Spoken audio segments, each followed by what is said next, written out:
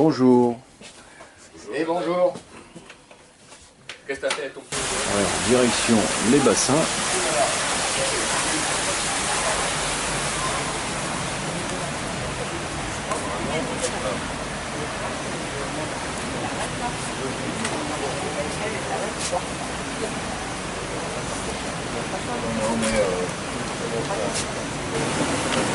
Et là, il n'y a rien.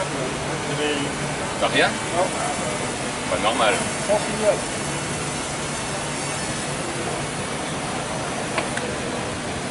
Comment ça, t'as pas de signal? Ça que j'ai cramé, on a cramé les yeux.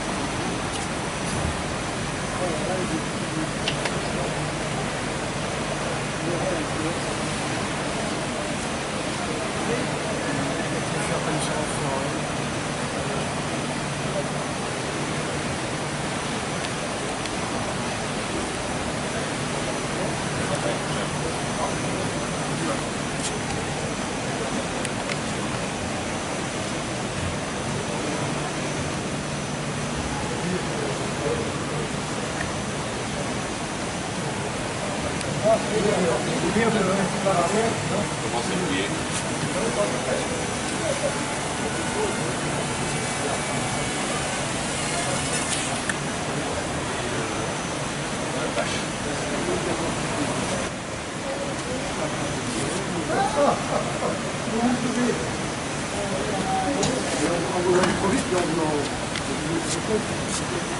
Salut. C'est pour la télé.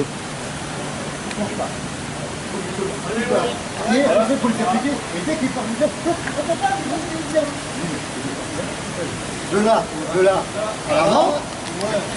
Alors, il y a du SNLE, des sous-marins allemands, des sous-marins américains, un petit peu de bateau de surface, et même on a vu un camion, un engin. J'ai une belle poubelle, moi. Non. Grande poubelle. Des sous-marins d'exploration, des bateaux en chantier, du remorqueur. Voilà. Prêt à faire feu pour la journée.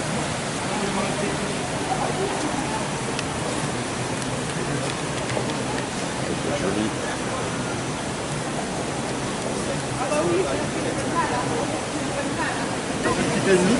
L'avantage du matin, c'est que ça bricole et tout est ouvert, donc ça on voit toutes les entrailles du sous-marin. Ah ouais, ça c'est vrai. On se tire les cheveux. Entre autres. Voilà.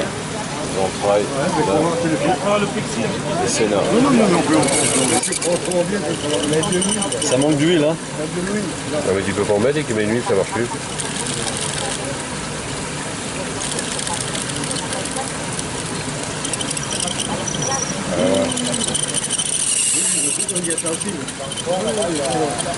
L'huile de cire, faut mettre.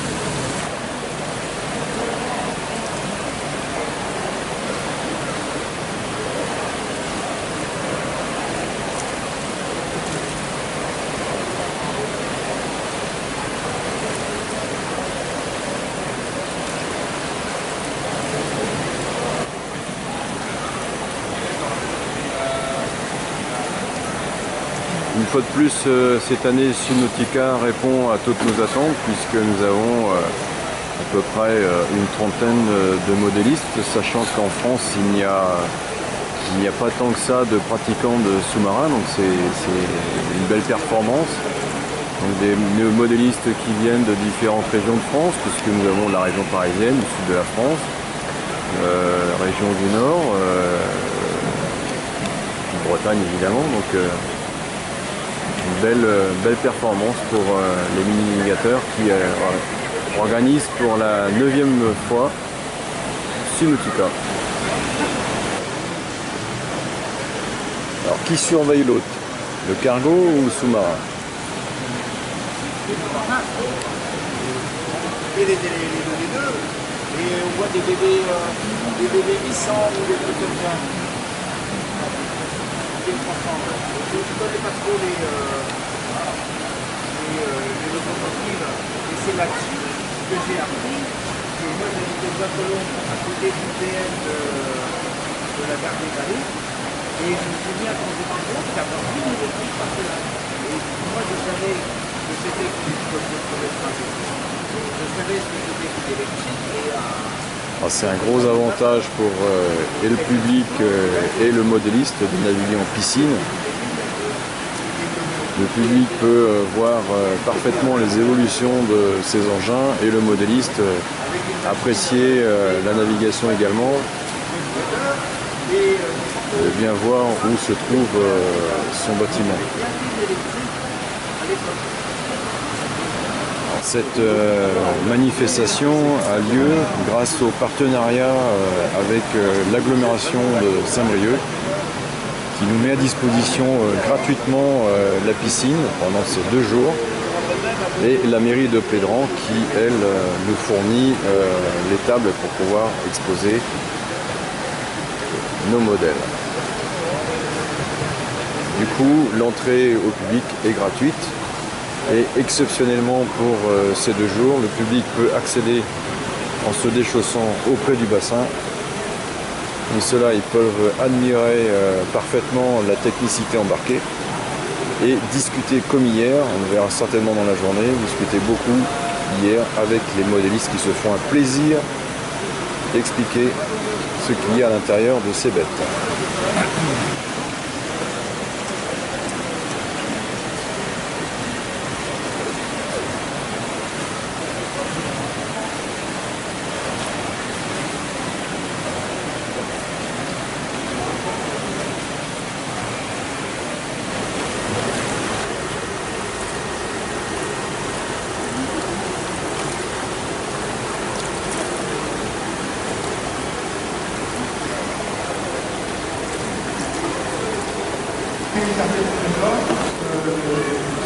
Pour le plaisir de venir chaque année avec quelques modifications sur leur modèle.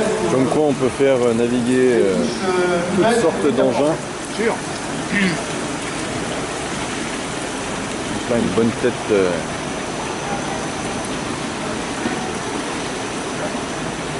d'hippopotame qui est parfaitement reproduit. Rapprocher les bassins en tenue de l'île, puisque qui est la seule piscine bien original. Qui accueillir un public comme aujourd'hui, en plus de la Bretagne. Vous pouvez également approcher les modèles de Créteil et n'hésitez pas donc à poser des questions aux modélistes du soir. Ils se feront un plaisir de vous répondre.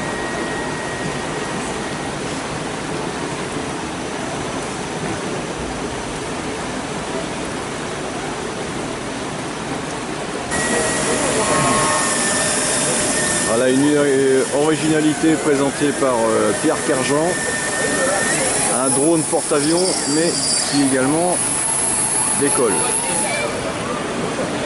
quand il veut. Il n'est pas trop capricieux. Alors actuellement nous avons en navigation la piste du porte-avions. Je vais commencer par une petite histoire. Alors il est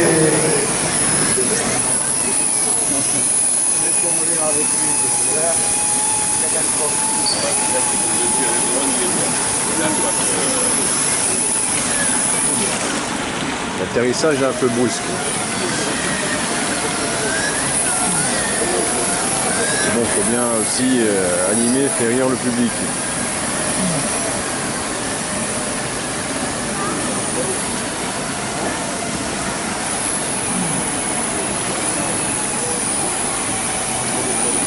Un porte-avions volant est vraiment dans le monde du futur. des modèles français, comme le Monocor, le Saphir, encore le sous-marin Comex.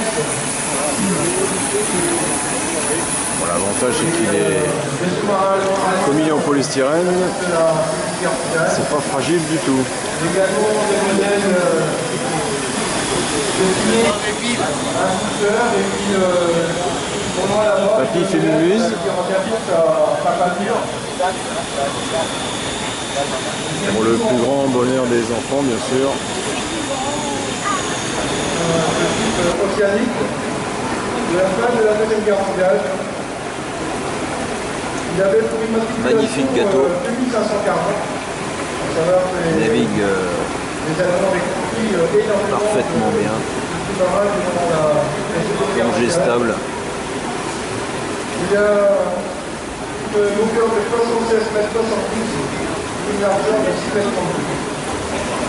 Il est ému par des diesels de 4 chevaux qui permettaient la... Voilà, X 51. Voilà, détail sous-marin. Alors on cherchait le nom du modèle. C'est un type 7 allemand.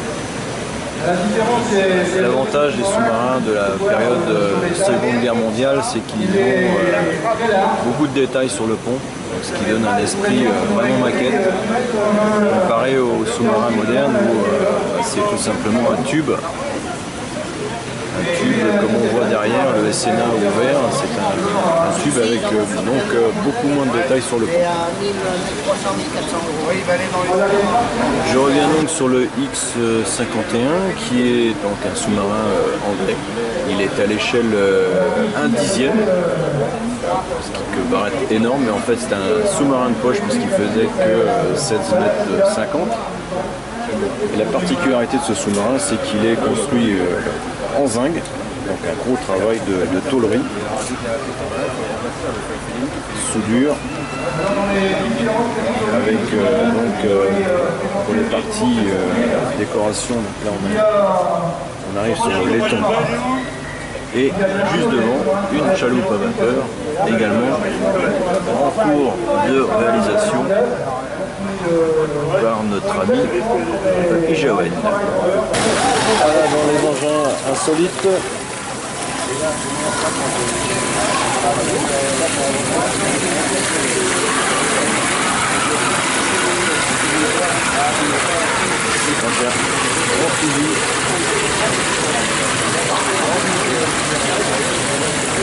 Présenté également par Pierre Kerjean.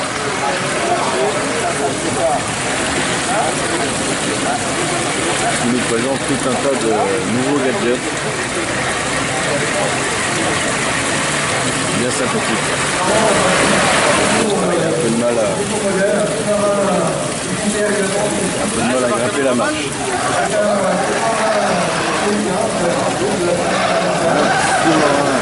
Russe SNLE. À l'intérieur, un équipage de 60 ans. Et ce modèle-là, depuis quelques années, est un SFA 40. Voilà, il n'y a pas que du sous-marin, puisqu'il y a aussi une magnifique chaloupe à vapeur, toujours présentée par notre Papy Jaouen national. Voilà.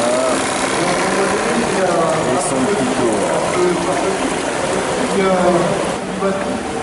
Voilà, le kiosque du sous-marin soviétique.